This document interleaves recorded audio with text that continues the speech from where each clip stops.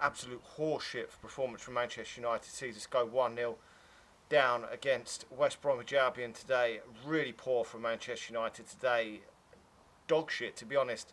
And now I know that Manchester United got top four sewn up, and I thought that the second position was pretty much sewn up, which I still believe it probably will be, because we're probably going to the next game. I didn't realise we'd got Bournemouth in the next game on Wednesday, but we're probably going and win that game and be 4 points clear, and we'll probably still clinch second position. But just poor from Manchester United, considering, okay, we haven't got nothing to play for in the league. I get that, but still, some of these players are playing for their places potentially for the FA Cup semi-final next weekend. And really poor from Manchester United.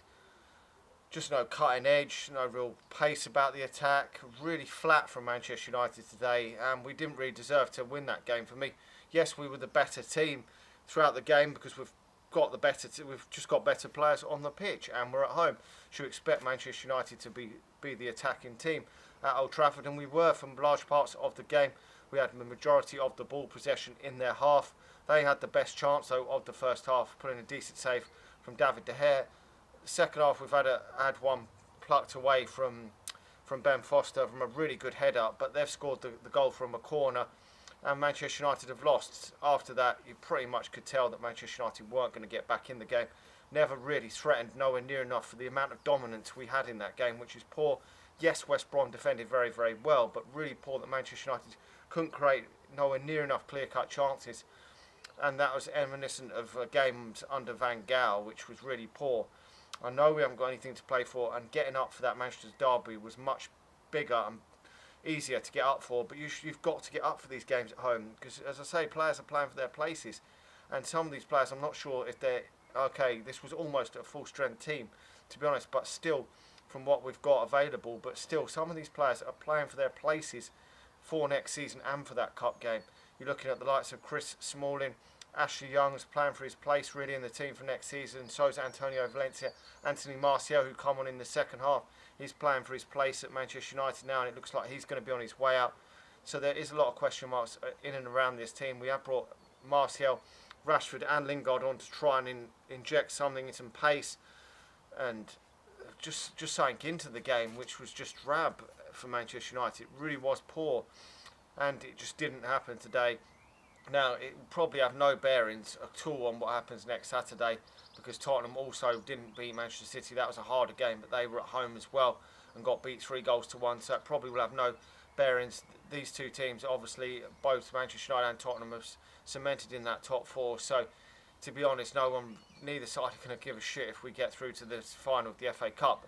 Really, Manchester United have to be trying to get to that cup final, otherwise, for me, it's been a disappointing. Okay, we have improved in the league, but disappointing season with no silverware. It really will be if we can't win that FA Cup.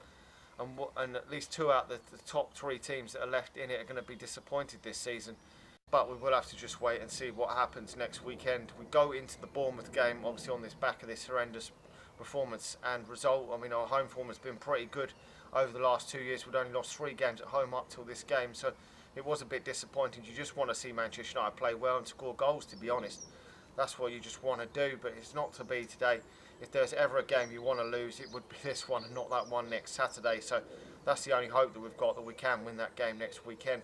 But we go to Bournemouth. I don't know if he's going to rotate the squad. I would have presumed he had in his mind that if we were to beat West Brom today, that he would then rotate the squad for that game. But because the top two finishing second isn't nailed on with losing this one, he may choose to go with an almost full strength team, may rotate 1 or 2 players, but I would like to see probably Chong get a chance at some point in the league. I don't know about Angel Gomez because he's been injured, but Chong certainly deserves to be in and around the bench for the last few games of the season with not much to play for. Just give a couple of youngsters a chance that have got some energy about them, that are looking to make their name in the Manchester United team, and you may get some performances out of them. These other players in and around the starting lineup, the likes of Martial and that, they've been in the squad for a couple of years now, and these players could come in and inject some life into the Manchester United team till the end of the season, which would be great, because some of these players are looking a little bit lethargic because there's not much to play for, but still they're playing for their places at Manchester United. But we will have to wait and see.